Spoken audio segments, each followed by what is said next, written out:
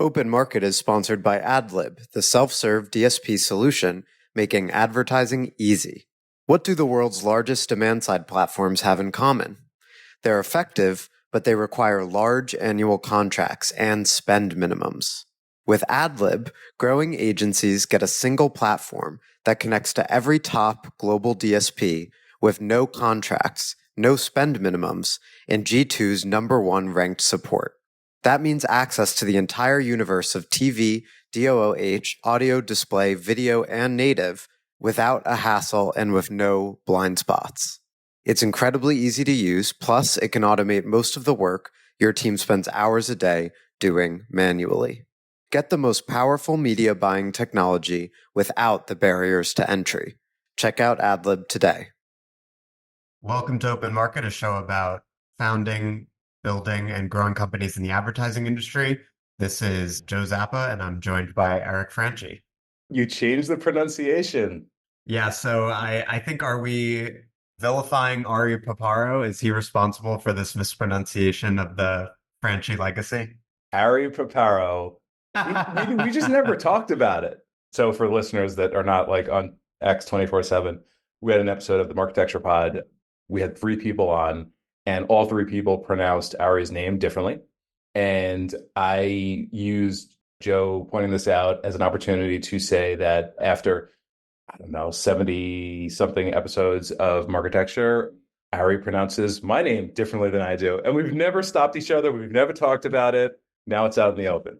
Yeah, so we have Ari, and Ari, and then Franchi versus Franchi. Franchi is, to me, very Long Island, Staten Island. So I'm from Long Island, you're from Staten Island. And yeah, we love that A sound in Long Island. I don't know, I was ridiculed by a lot of people in Long Island for my non-Long Island accent, but now I'm sure someone will jump out of the woodwork and be like, you actually sound so Long Island. But as a child, I resented that. And I was like, actually, I'm special and I do not have that accent. Same thing here. I had a strong accent growing up. It is completely unavoidable on Staten Island, particularly growing up in the sort of era that I did. I went to college in Pennsylvania and I got absolutely ripped for that accent. It was unsustainable. It was either like lose the accent or go back, tail between my legs to a New York City school. I tried to lose the accent and that didn't work. But I found just over time, being amongst people that spoke differently, I just began speaking differently. And by the time I came back 4 years later, like I had less of an accent or maybe no accent. I don't know. Yeah, there are very few words that I think I really pronounce with a Long Island accent. But for example, one I had to learn was like, a drawer, like you take a knife out of a drawer. Like we said, drawer, open the drawer. So yeah, my mom still has that accent and I make fun of her and she doesn't always appreciate that. I'm your mother. Amazing. All right, let's get into it. Let's talk ad tech. Let's talk ad tech marketing. So for the past few episodes, I feel like I've been on the receiving end of the questions. For this episode, we're going to talk about how to win in ad tech marketing. And for this, I've got an expert that I can start to talk to and interview, and that's you, Joe. So you've got a very helpful framework of the 4 different ways, effectively, to win in ad tech, in marketing. And I thought it was interesting. And I tried to figure out the best way to do this. And I drew like a 2x2 and I drew like the thing where it's like up and to the right. Neither of them worked, but you have a little bit of a framework where it's like, if you are a company, here's 2 paths. If you are a person, here's 2 paths. And they don't need to be mutually exclusive, but it's like good ideas depending on who you are, where you work, what you do. So I'd love to just like hop right into it. And do you think about that with that framework way, or I just like look at the world differently? Yeah, so I'm always workshopping it. I'm not a very spatial thinker, so I don't think about it in terms of quadrants or whatever. This actually makes me think of Ari's models, like he's releasing a model per week recently. Yeah, he just did the slot model. That's not how my brain works at all. I'm like so words and verbal that I don't necessarily think of it that way. But I would say so with these 4 ways.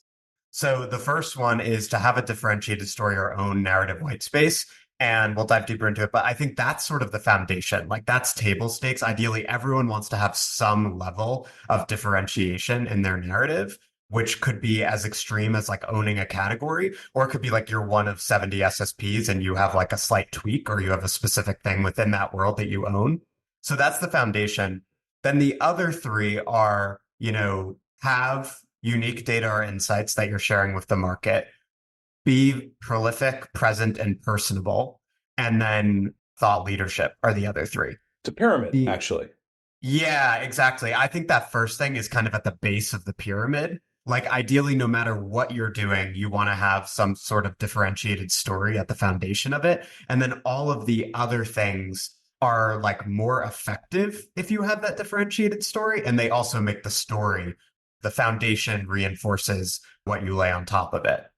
Got it. Okay. So for differentiated story, give us some examples of you think maybe a company or companies that are doing this well. And when you look at them, what do you see in terms of, like what well is or what success is or what excellence is? Yeah, so an extreme example is owning a category. And so Scope 3 would be a good recent example of this, right? Where they've basically become in short order synonymous with sustainability and ad tech. To really own a category, you need a couple things though. You need to actually be playing in a category that is either new or that not that many people are playing in. So it's partially like a product and company vision thing.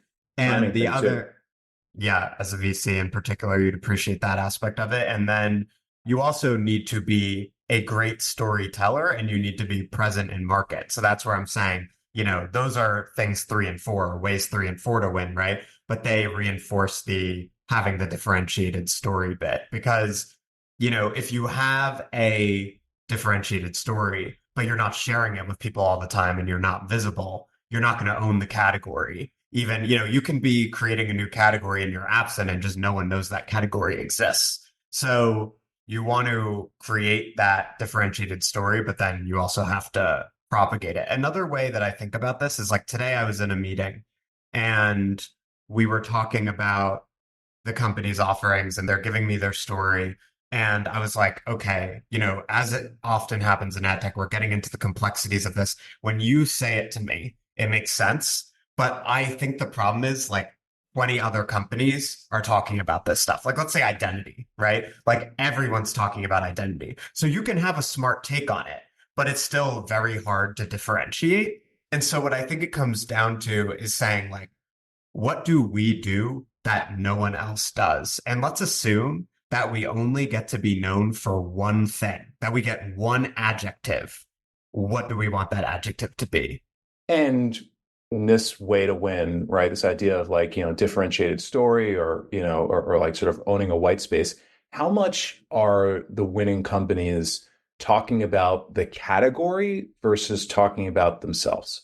I think they are going to talk about the category a lot. And then they should also have something to say about how they have a unique approach to it. But when it's most effective, this is a matter of almost making yourself synonymous with the category, right? So again, I think Scope 3 has been very effective at that. Let's take a bit of a harder example. Okay, so let's say you're a DSP or an SSP. You have like, dozens or maybe even hundreds of competitors. So you're not creating that category, right? The category has already been created.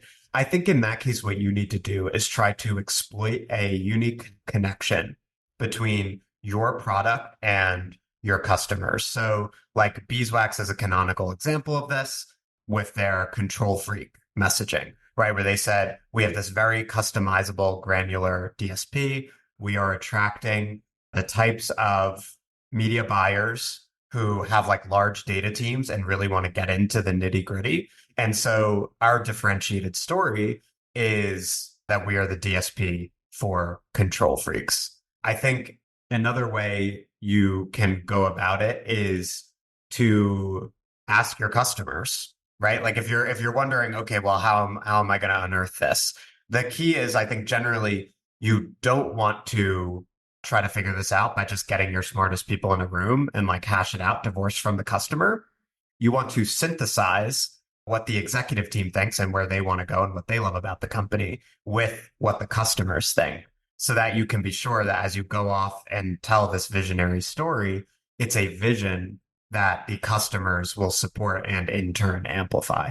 We talked about this. Maybe it was the last episode when we talked about like, if your market is too small or if you need another market to grow into, like how to execute it. effectively from like a roadmap perspective, this is literally the same thing. It's the same thing because when we were talking about how to reposition a company, it's like there are similarities between creating a story from scratch and shifting a story, right? In either case, you want to take intelligence from your customers and then you can lead them a bit, but you still make sure that they are informing the narrative and that they'll get on board with it and amplify it. Because also, once you do come up with the story, so let's say you hire someone like me and I help you hone the story and I rewrite your site. Great. Now we have a new face. We know how we want to present to the market. If your customers won't attest to the validity of the story, if they won't do case studies, if they won't talk to the press, get featured in the rest of your content, then the story is going to go a lot less far. Yeah, it's so funny.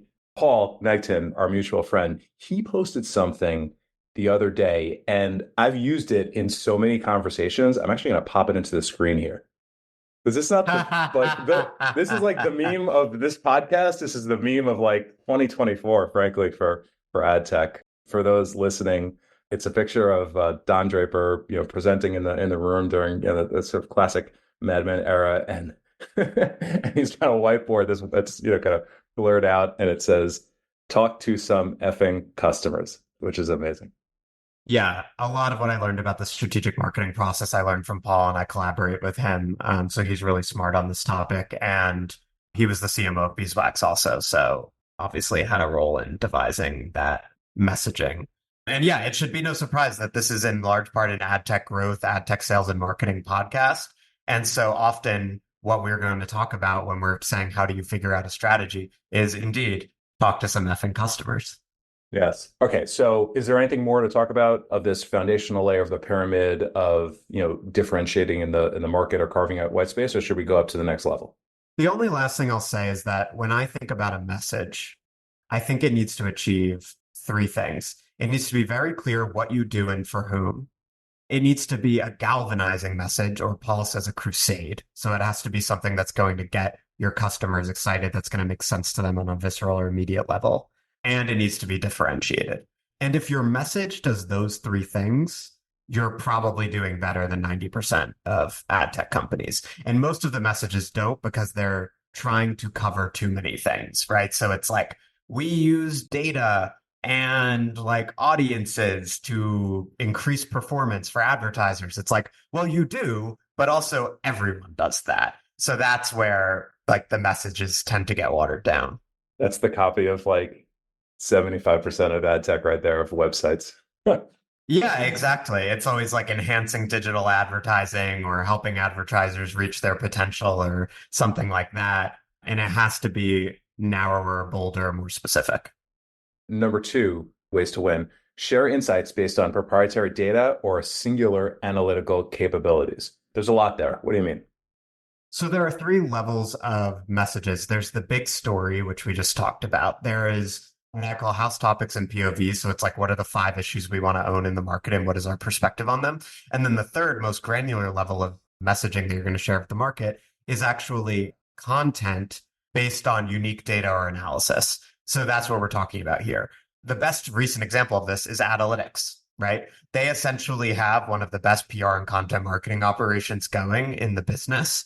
And the foundation of that approach is analyzing the data at their disposal and then sharing interesting patterns that other people aren't seeing to like reveal industry issues. Now, there's a bent to theirs, like they go after particularly controversial or problematic topics. So that's what like really helps them get like the New York Times and the Wall Street Journal to cover what they do. But even if you don't want to be as bold and you don't want to court controversy, you may still be able to look at the data that's in your platform or look at data across your customers, anonymize it, recognize patterns, and then share those with the market. And for my newsletter, I think back in the fall, I actually spoke to Christoph from Analytics about his approach here. And so I have some tips for the audience on if you're like, okay, well, yeah, what Analytics does is, super elaborate. They have these like 200-page research reports. Christoph himself is a PhD, but like, how am I going to come up with similar original research? What he said is the first thing is you have someone in your business who's looking at patterns, right, in the data for your customers.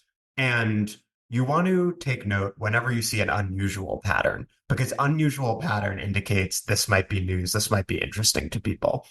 Even then, 90% of what they discover, Christoph said, they're not going to use. But about 10% of the time, a curiosity, something unusual that strikes their curiosity, will actually be a meaningful pattern. Second step, develop a brain trust of people. So if you're on the demand side, probably brand and agency people. If you're on the sell side, publishers who can take a look at the research you put together and poke holes in it, right? So they can tell you, oh, you think this is interesting, but it's actually not for X, Y, and Z reasons, or you're thinking about it this way and you should be thinking about it that way. And then the third thing is that once you have that interesting data and you verified with a group of people, probably external to the company, that it's robust and worth sharing with the market, you want to develop it into a story that takes both data people who really understand and can analyze the market and marketing people who know how to tell stories, who can simplify it, and who can make sure that it's going to be interesting for like journalists and also the layperson who doesn't have the level of data expertise that your engineering or product people poring over the data might have. Yeah, that's a lot. That was like a bit of a sort of masterclass in 2 minutes. There's some businesses that inherently are suited to do this. Analytics being an extreme example. Companies that I'm involved with the fund that, again, because of the nature of them, they can just do this, right? Sincera being one, T-Vision Insights being another. They've just got attention data on TV, so they could very easily kind of talk about what people are watching, what they're paying attention to, what they're not. I would think that if you are some sort of platform business, right? So this probably extends to maybe not just like, analytics businesses, but DSPs, SSPs, folks that, are sitting on a lot of data. There's got to be some insights that you can use to start to bring interesting insights to the market, interesting insights to your customers. And it doesn't need to be like groundbreaking, industry shifting like analytics, but it could probably be like a cool sales tool to help educate your customers and, build a little bit of brand along the way. Yeah, I have a client that is a publisher business intelligence platform, right? So that like they see what's going on across a bunch of different SSPs and the money that various advertisers are spending and whatever. And obviously it would all be anonymized. But if you could just share trends, I mean, even that is highly valuable to publishers or the press, right? Another thing that I would consider doing in this case, and Analytics does this masterfully, is, hey, we have access to all of this data. Here are some of the trends that we're seeing. Like, do you find this interesting? Or does this raise any other questions for you that you would want us to go investigate? Because that will be vastly more interesting than the average ad tech pitch, which is like, let me tell you about my product. It's like, let me directly serve your audience, journalist, by providing concrete evidence about the trends you think you may or may not be seeing in the market. Makes sense. Okay. So foundational layer is, like strong differentiation, carving out white space. Number two is, proprietary data or analytics that, drive insights and then also kind of feed and reinforce that differentiation. Anything more there, or do we go up the stack? The only other thing I'll say is I think a lot of people might be listening to this. They're like, Joe, that sounds great, but like, how are we ever going to make that happen? Right. And I do think like this is a line item. Like this is something that ideally you have to put a little money behind or at least put a significant amount of time behind. Like the companies that do this, like Analytics, I think reap tremendous rewards from it because they're able to own industry news cycles or drive them. But to do that, you need company leadership who thinks it's important, or at the very least, marketing leadership that thinks it's important. And then you need collaboration between the marketing team and like data analysts or engineers to actually analyze and surface the data. So if you're listening to this and you think that's interesting, I want to be like a mini analytics, like I want to drive some of these news cycles and share original insights with the industry, it takes alignment, I think, from the leadership of the company on down. I think that makes perfect sense. One of the best things that we did at Undertone when we reached a certain scale was hiring a head of insights. So this person was responsible for looking at everything and then coming up with those unique insights that we observed. And again, an undertone, especially back then, this was all about like, what are people doing around creative? And then using that to educate the market, fuel the thought leadership that, others in the company would talk about, or just like be a ride along and be the secret seller that is not selling at all, but just educating. You need to be at a certain scale to do something like that. But done well, this thing, you can assign direct ROI to this type of stuff. It's a huge growth driver. And also, I would add, it's not just a marketing tactic. That head of insights is also a resource for your clients. Who's going to get the deepest look at your data or the first look? Your clients. So you should view it not just as a marketing tool, but also something that's going to improve fulfillment.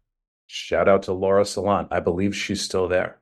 All right, let's move up the stack. Number 3, lead the industry with thoughts on the news. So this is an interesting one. Is this a company thing? Is this a person thing? Or is this both?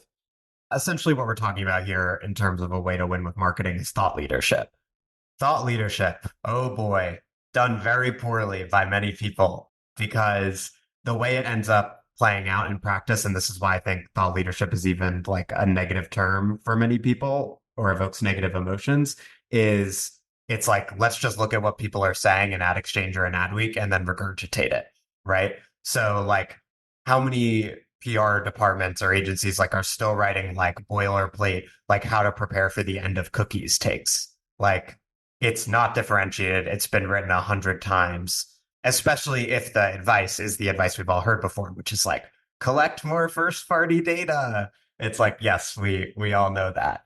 So if you really want to be a thought leader, it takes a couple things. One is, well, you got to have a thought leader. You got to have an evangelist, like someone like Ari is an extreme example. He's probably the most successful, or like Eric Seufert, right? Like they're the most prominent like ad tech thought leaders where it's like they've put a lot of time analyzing the industry and they release their thoughts regularly and all of that.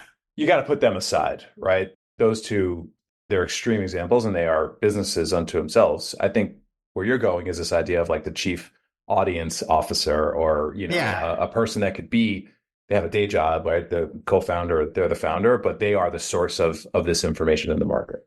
Yeah, all it takes to get started with this is know what topics are interesting in the industry and pertinent to your business. So let's have 5 house topics that we want to be experts on and we want to share wisdom on with the market, and then develop a differentiated point of view, right? So that's it. 5 house topics and points of view.